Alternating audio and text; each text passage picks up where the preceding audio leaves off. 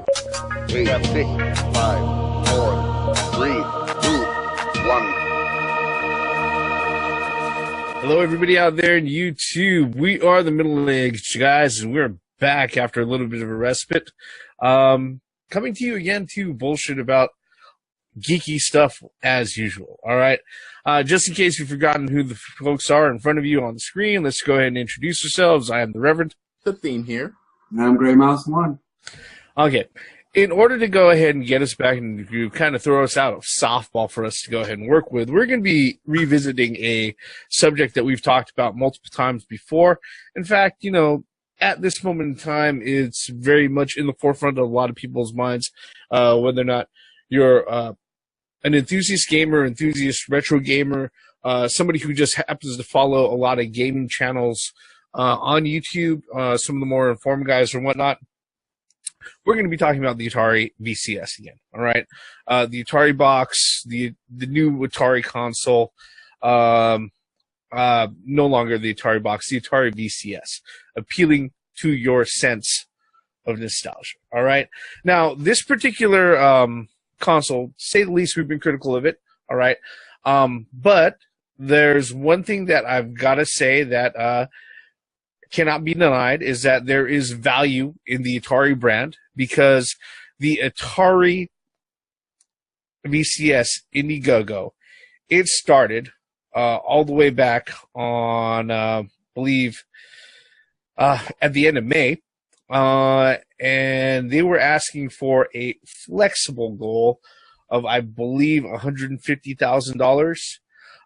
Within their first day, they had actually shattered that goal, and right now, at this moment in time, they are standing at $2,987,551 US dollars. That's in total of funds that they've raised on their original flexible goal of, like I said, which was like $150,000. All right, which goes to show, you know, no matter what we may think about it, but there are people who are interested in this, all right? That's kind of concerning, you know, to a point, but what are you guys' thoughts on it? I mean, it's Indiegogo, it's what they do. They went ahead, they put it out, and, you know, people bit.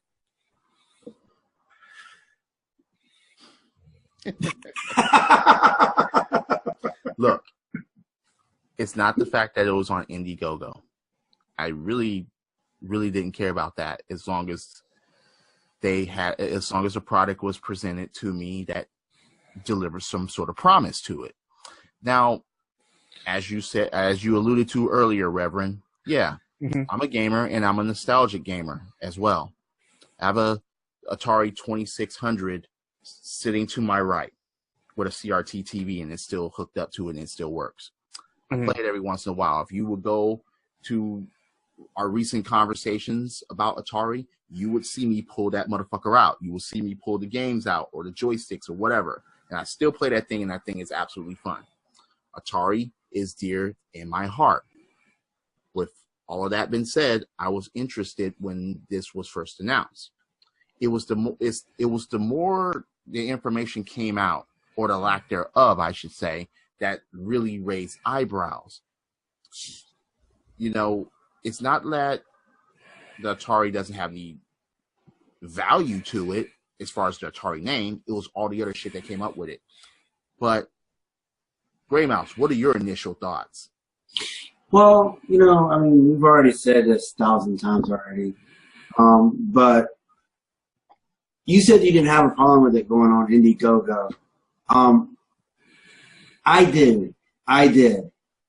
Most of the reason why is because Indiegogo, you could put anything up there on Indiegogo and not have a working prototype, and you're just asking for money. And, you know, that just leads to, you know, other things that can happen. And that's one thing that, it being on Indiegogo, that was a red flag for me. I know that there are some projects that come out of Indiegogo that worked out. That worked out very well. But for the most part, I would think if it was either Kickstarter or something else like that, something more where they actually, there's things in place to make sure that people that they donate to the company, at least, you know, you can get something back if everything crashes or if nothing gets produced. But with Indiegogo, you don't, like I said, you don't have to have a working prototype. And that was a red flag to me. And another red flag to me is that we have seen nothing working natively on the Atari VCS. There's no games that's running on it. And you know, I scoured the internet to look for games that are running natively on that. You know, they've shown nothing. All they've shown was, as far as I'm concerned, is 2 controllers and a piece of plastic with nothing in it, as far as we know. They've shown nothing. Nothing. I mean, but, you know, I got to give credit where credit's due. Like the Reverend said, you know, I mean, people had faith in it. They almost donated $3 million to this project. And I really do hope that the people that donated this money to the project, that they will get their intended product. I really hope so. I hate to see people, you know, not getting their money's worth. I mean, because, I mean, what? It's $239 for entry level. And I mean, that's a lot of money to people. So, you know, those are my opening thoughts. Reverend, I turn it back over to you. Well, okay. Generally speaking, here's the thing about this. All right, and regardless of my misgivings and any sort of concerns that I have, if console goes ahead and actually releases out to the market, I wish it the best, because the thing is that the more hardware, the more avenues of gaming that are out there that are successful, the better it is for gamers, just in general. All right, so I wish success. However, that comes with a big caveat. If we were sitting there and we were to take into account a lot of things that we know about, you know, especially with some of the things that have come out over the last few weeks, the problem that I have right now, and admittedly this is more of a gut feeling on my own, is that considering all the things about, you know, the open marketplace, the open OS open marketplace that they're encouraging, the Linux OS or the Ubuntu based OS and everything else, I don't know if this is something that Atari themselves is actually going to go out of their way and support long term. Okay, because the thing is that here's a problem with open operating system. All right, it's not the case that it's open operating system that anybody could go out of their way and make anything for it. All right, that's not a bad thing in of itself. All right, however, the things that I worry about is that if it is truly an open operating system and anybody can go ahead and publish whatever the hell they want on this particular system, that means they don't have to license anything from Atari. Okay, when they go ahead and they sell whatever software packages, applications, or whatever they do, Atari doesn't see any money from it. They see no cut. So guess what? Atari doesn't see any profit. They see even less of a reason to go ahead and support this particular product long term. Okay. The other thing the other issue that I have is one that we've brought up multiple times, is that, you know, I don't see we don't know anything about like exclusive games or any third party support or anything like that for it. Okay. And here's the thing. This is the reason why it becomes really, really important to me, is that, you know, when the Nintendo Switch, the NX at the time, went ahead and it announced itself, you know, a lot of people were going out of their way and they were saying, you know, a lot of these third-party publishers that Nintendo has, you know, listed on their spreadsheet, that's bullshit. They're lying. No, they can't even fucking, you know, put their brand name or logo as part of their press kit unless they're under contract, unless they've actually, you know, shelled out some money, and they've actually secured these sort of licenses and stuff like that. All right. And people were openly, you know, bombarding the thought of certain third-party publishers being on the Switch. All right. Now the thing is that now we have this particular console here that has a fully open operating system. All right, fully open market and everything else. We don't have any major third-party publishers. The only other prospective partners that they have are all indie publishers and stuff like that.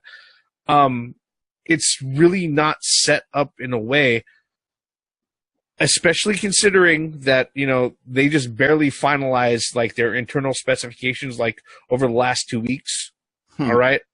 You know, there really isn't anything out there that's giving me any sort of real confidence that you have people other than Atari that are going to be able to make anything for this particular system in a competent way. Sir, can I interject real quick? Sure. You brought up a very valid point, which I think is what they're going for. I think what they're doing, Atari is doing, is putting out a device to where the fans can upload their own games or whatever, and it's pretty much hands off. Atari just wants to get the money off the initial sale for the top set box. Yeah, it's going to have old school Atari games on it. That's part of the thing. It's part of the package. But afterwards, I would even think that as soon as less than 3 months or 2 months, that Atari is going to be hands off on it. And like, well, we made this box for a sandbox, is what they're saying. They're even saying that on their website. It's a sandbox to where the community can make their own games. And then, like you just said a minute ago, you know, Atari's not getting any money from these indie games, you know? So, I think that's what they're doing. They're just providing a device for people to build their games on and to put their games out there. They just want the money for the device. I don't think, like you said, I agree with you that I don't think that Atari is going to support this much further than, you know, the launch window. Because, like, you know, no first part or no third party support. All it is indie games and Atari games that are over 40, 45 years old. You know what's kind of funny is that no third party support as far as games, but you can hook up almost just about any third party USB device that you got. In other words, it says right here, I'm looking at it, use your own peripherals and accessories. Atari VCS provides universal peripheral connectivity, so it also works just as well as your other PC input devices, including Bluetooth and USB game controllers, mouse and keyboard, external storage, webcams, microphones, external speakers, headphones. So you're telling me that you're going to have old nostalgic games built into this thing initially. Well, and even that shit is subject to change because of what they listed on their site. They had 2 kids sitting on a couch with controllers playing Centipede on the screen when Centipede is a one fucking player game. You're telling me that all that shit is going to work on this console. All your peripherals that you can hook up to a PC is going to work on this thing. For what point and purpose? Well, Gray Mouse and the Reverend just answered that.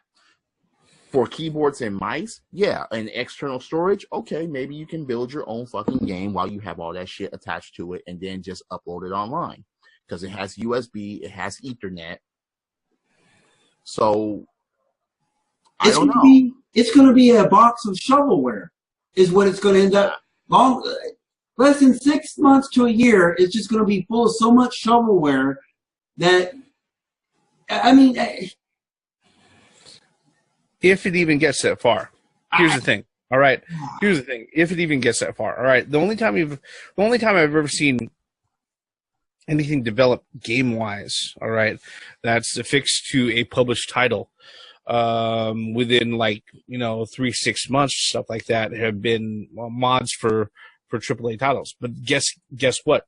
those titles that have been published by AAA developers and everything have already been in development for multiple years before they've even hit the market. All right.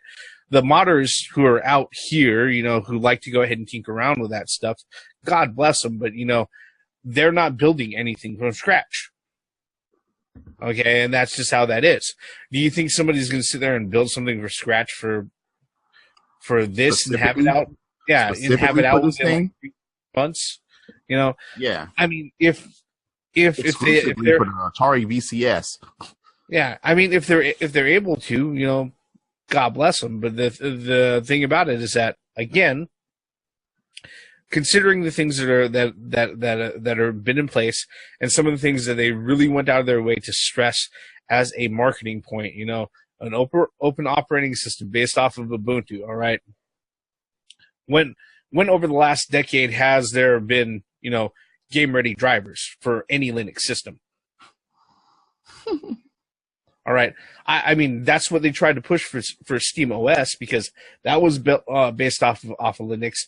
And when the Steam box was out and third party people did the benchmarks between Steam OS and Windows, they found that the games running on the Steam box using Steam OS were performing worse than they were the Windows games. Windows games. So, that's just one of the things that we have to consider. Now, the thing about this is that, okay, all right, so what's going to happen now? So Atari goes ahead and they take their box. God knows when it's going to come out, because the thing is that I know crowdfunding campaigns. I've given to a lot of them. All right, and even the ones that have actually finished up and produced, produced finished products and projects, less than 10% of them launch on time. Literally less than 10% of them launch on time. All right. Let's just be truthful. Less than 10% of all crowdfunding campaigns even turn out a working product at the end of anything. All right. Let's just be truthful about that. My whole thing about this is that, okay, so we have this ecosystem that's put together for this box and everything, and it's put out there. What happens, if it turns out that they aren't able to sit there and build a strong ecosystem or a strong marketplace for this thing within like 3 to 6 months? Where are people left? That's really one of the things that I'm concerned with. Well, I think they're going to rely on people making their own games as the ecosystem. Wait, hold on. Simple setup for endless entertainment. Power up. Connect HDMI cable to your TV, plug in AC power, and activate the unit. Oh, goody, just like any other console. Connect. Set up Wi-Fi or Ethernet, connect to the internet, and download any updates. Ah, shit. Explore. Hundreds of classic and new pre-installed games, and find more in the Atari VCS store. You're telling me that even for old nostalgic shit, you're going to have to pay for it? Yeah. I mean, they're not going to give it free. Because here's the thing. All right. I wasn't expecting to have them all preloaded on this damn thing, but these games better not be fucking expensive if they're going to be in the Atari VCS store. And what about licensing issues, if they have any, as far as getting certain games? Well, regardless of what price it's going to be at, the one thing that I have to stress is that, when it comes to these these hardware manufacturers, especially the first party publishing companies and stuff like that, everybody knows. All right, you do not have to be a very deep enthusiast fan of the industry to know that majority of the money and profit is made off the video games, the software end of the spectrum. All right. You don't hardly make anything at all on hardware. Okay. Now with this particular set of hardware and everything, especially with the specs and all of that stuff that they've put out, they're looking at, turning some sort of profit. They're not expecting to sell the box at a loss. All right. In which case, just looking at some of the things that they have here, like the AMD A10 and stuff like that, that was the shit back in like 2015. 2016. And it runs off of a Bristol APU, which means that it has an integrated GPU on it. And I will tell you, as somebody who works in the compatibility lab for a major publisher, I sit there, I look at this chip, and I'm like, oh, this is the chipset that gives all of the games in our publishing catalog a fucking problem. All right, so there are certain things that I'm not confident about. Okay, now the second prototype of this thing is coming third quarter 2018. So I'm hoping it works. Final testing is at quarter 4 2018. So they're gonna do, and they want this launched in springtime of 2019. Yeah, shipping quarter 1 2019. Pre-orders arrive. Product available worldwide mid 2019. They haven't even done the production validation testing yet. That's at quarter 4 2018. Let's talk a little bit about the user interface of what's being shown. Doesn't the user interface kind of look familiar? Yeah. I mean, especially what they're showing, like for the classic games, it does look like a launch box UI. Yeah. I'm just saying. Yeah. I mean, it looks like somebody who went ahead and they configured their own personal launch box UI for Stella, which is an Atari 2600 emulator. All right. Yeah. I mean, again, and the one thing about it is that underneath that it shows Atari titles shown here for illustration purposes only and do not reflect actual games and media lineup. All designs subject to change. Okay, the thing about a lot of this stuff that they have here too is that, all right, this is the part that has really come under scrutiny over the last few weeks, is that, all right, a lot of people have sat there and gone on the record and said, hey, look, a lot of the stuff that they're showing and demonstrating for the Atari VCS, just by digging and talking to people, they're finding out isn't actually running on the VCS, or hasn't been even in development for the VCS. All right, the very first one that was really obvious, or really took a lot of people back, was when they were showing the footage of Tempest 4000 playing on the VCS. All right.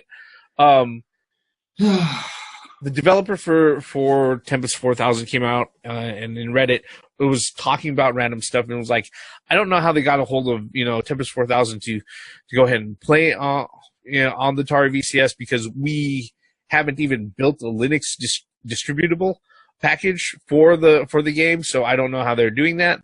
And when that came out, and a lot of other YouTubers started asking about that, and people started asking about it not only on Indiegogo and their forums, but also on Facebook and everything else. That's when Atari went ahead and they added the little blurb: all IP shown is a trademark property of their respective owners and is depicted for illustration purposes only. All right. Which means they added fine print to everything. Okay. Now that fine print when they were that isn't the only thing that happened. Is that Atari and its the folks who are handling the Atari PR end, in their infinite wisdom, decided to go out of their way and put those YouTubers and also the mainstream entertainment media on blast, where they would sit there and tweet out, there are certain influencers who are talking about stuff that's fake news. Literally, that's what they said. And then also with the Register, the UK website, that went ahead and published their article about seeing the Atari VCS prototype, marketing prototype, and everything else at GDC or CES, and how they were talking to the CEO Michael Arts, and he was saying that he didn't know what anything was doing. You know, they went ahead and they literally said, you know, there are professional trolls out there who pose as media, who obviously went out of their way and decided to go ahead and write whatever the hell they wanted instead of what actually the interview was about. Here's what happened, though. The Register came back and was like, I'm sorry that we're professional trolls, but you know what? We have actual recorded audio of that whole fucking interview, and they published the whole audio of the interview out, which really went ahead and refuted everything that they had said about it and brought to light that, look, no, they wrote exactly what was said in the interview. All right? Well, yeah, they're a little snarky about it, but I don't know if this is in Atari's best interest to go out of their way and attack enthusiast media, you know, and potential fans about stuff that they can't want to. If it was such fake news and trolls, then why did they put that little blurb at the bottom of these of their Tempest 4000? All IP shown is a trademark, or not that one. I'm sorry. The no, you're reading the right one. You're reading the right one. Title shown here for illustration purposes only. What's the purpose of that? Why did that all of a sudden come up there on the website when people started crying wolf? Wait a minute. You can't lie out of it. Sorry to cut you off. Imagine if any other game developer had said something like this. Imagine if any gaming developing god, quote unquote, would have said something. If Shigeru Miyamoto would have said the exact same quote. What? Okay, then no, I don't understand how they got this information that we haven't even started developing the game yet. If he would have said that about any of his creations, then who are you going to fucking believe? I mean, I understand that you could say that this is for illustrate, you know, this is games in development. Yeah, that should have been put out. That's fine. But when you go out of your way after people put you on blast and caught you in a lie, then all of a sudden you update your website, putting that little blurb in there. And to add on to the insult, hey baby, I'm pregnant. I don't see how we haven't fucked. So to be honest, you know, oh my God, you missed. No, so what I understand, I mean, I'm not a game designer, I'm not a code writer or anything, but isn't Linux really hard to work with? No. Design for it, games to design for? That's why I said, is it not? Is it easy? No. It's not hard to work with. It's just that here's the thing, all right? Here's the thing, okay? When you're making games and you're making when you're producing software, all right, it's most profitable for you to go out of your way and create software and applications for whatever market has the most users, all right? Because guess what? By and large, what happens is that if the market is big enough and it has the most users, then it has the most tools and other sort of offerings in middleware. You're going to have the most. You're going to have the largest pool of working information and software and tools and everything. All right. There's a reason why with cell phones, you know, iOS is really fucking big. All right. There's a reason why with games, PC games, you know, Windows is the biggest fucking market out there. All right. It's not that Linux is like fucking alien. No, I mean you're making my point anyway. Yeah. What I was saying is like, wouldn't Microsoft OS be a lot better to design your console around instead of? I mean, there might be a lot of people with Macs. I mean, there are, but I mean, versus Macs versus Windows, there's not even competition there. Last time I checked, a Windows license for each and every individual PC on an OEM level is $100. So unless you wanted the Atari box to be $400 without a controller. Well, no, I mean, I got it. How they went cheap. I got that. Yeah, they went an open source open source operating system is what they did. But the thing is, though, that may just bite them in the ass. Oh, but the excuse of selling a console without a controller is you can use your own PC controllers on it. You know, just plug it in and. I don't think it's going to be that plug and play. No, there's got to be some type of software updates and all that shit and drivers and all that. Yeah, I mean, but the thing is a lot of that stuff, you know, as far as the conventions that are used with the controllers that are out there, if it hooks up through USB, it's either direct input or X input. So it's basically either or as far as the driver package that you're going to use on a base level. All right. And yeah, that's readily available for Linux also. So, yeah, my whole thing with this is that because I know we don't have that much time left on this, all right, is that, look, it's out. If you're somebody who's put money toward this, good luck to you. I really hope you receive something that's worthwhile.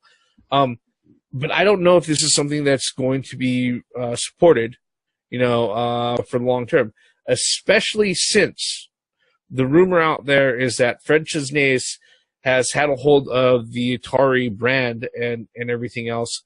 Since he's the fifth corporate owner, he's had a hold of it since 2014, 2015, in the last few years, but he hasn't been able to turn a profit on this penny stock. One of the things that he's been wanting to do, that, the rumor that's out there, is that he wants to go ahead and show that the Atari brand name still has value. He wants to put a little bow on it, kick up some interest and maybe a little bit of revenue to accompany it, and then sell the fucking brand off to somebody else. Because, look, he's obviously not making a lot of money off of it, especially if he has to sit there and ask for people to not only crowdfund this console, but Railroad Tycoon to go on the Switch. Yeah, no, I mean, you're right. Absolutely. Yeah. I mean, there's no question there. And I think that's exactly what he's going to pump and dump that stock. He's going to get it as high as it can go, sell high, and move on to the next big thing. And, sell high depends on who's buying. Well, the thing is, this Kickstarter, this Indiegogo, is proof in the pudding that the Atari brand, it's still profitable, or it's still worth money. That people will spend money to have an Atari brand device. It's funny because I think that's how low the gaming industry has gone, that they would want something like that to return in order to broaden the spectrum of it. But it's just that I wish that they could have done this right from the get-go. I understand that the Atari name has has value. However, then there are trust issues with Atari. We've dealt with certain things by Atari before that either didn't work properly or they just didn't match up to what was currently out at the time. I would have felt better if some big name actually bought the Atari. I don't know. That would actually... Atari, okay, the Atari VCS presented by Kojima Productions. No, what I'm saying is I would like somebody to genuinely throw money at it.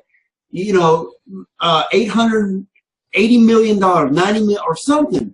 Then I might bite. If there's a huge amount of money that, R&D, you got to spend in R&D and development. If this was done right, like you said, like if more money was involved, yeah, it might be, an interesting thing to get. And like you said, more competition to give the big three, something to worry about. But right now, the big three's laughing at this like, are you kidding me?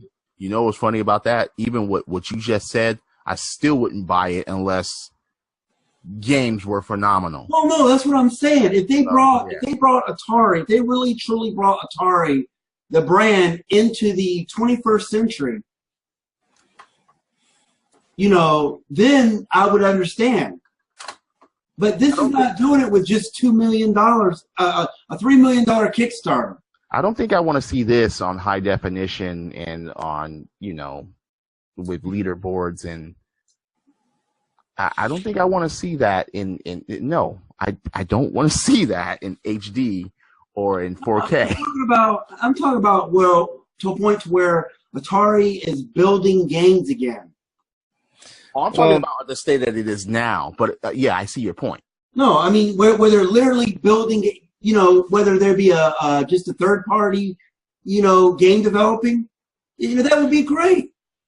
If shit was done good, if they would remake Combat to have. No, I'm talking about their own. I'm talking about original Atari shit for the 21st century. I'm talking about like Atari create, like they're a studio. They create games for this day and age. I'm not talking about They're Oh no. I'm talking about remake combat for this day and age.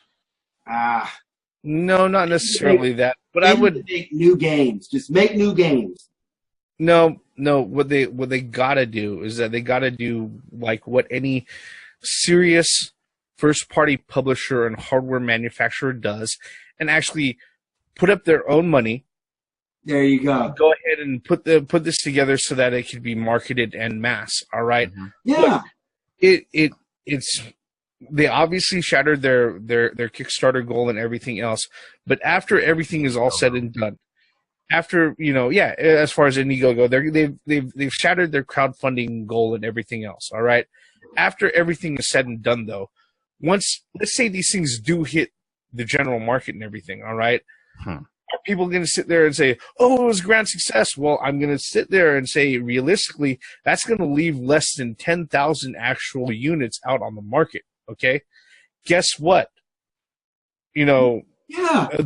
Are people going to stand in line for this shit? Let me finish, all right? Let me finish.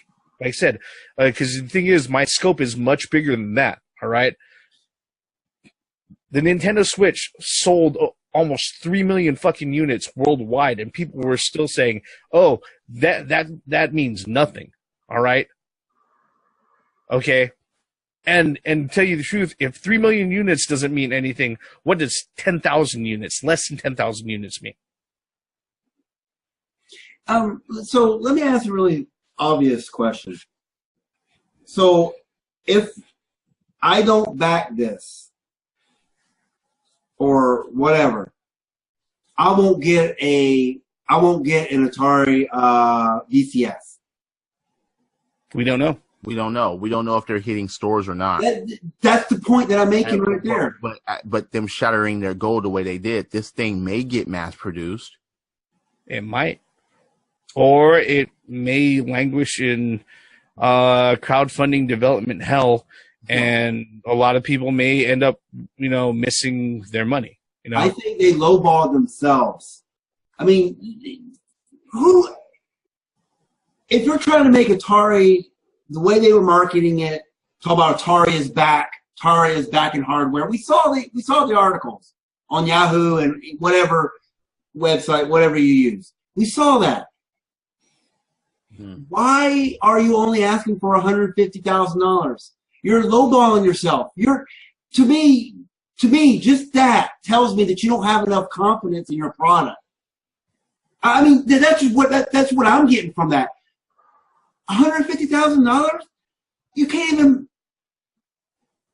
Why are you going on crowdfunding in the first fucking place? That's what I'm saying. Thank you. As a serious fucking competitor, as a hardware producer, why are you on crowdfunding in the first place? No, right.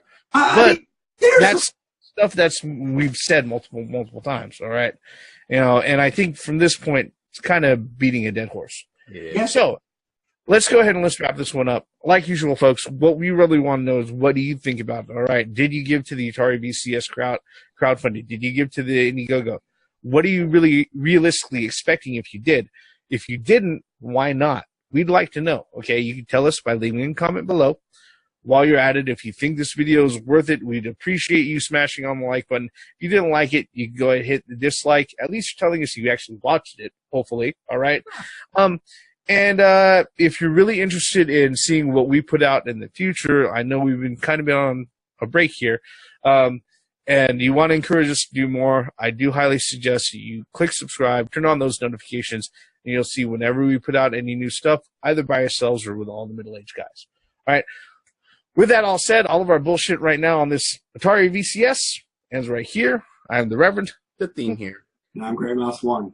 Once again, for the benefits of common sense, logic, and gaming. Credits.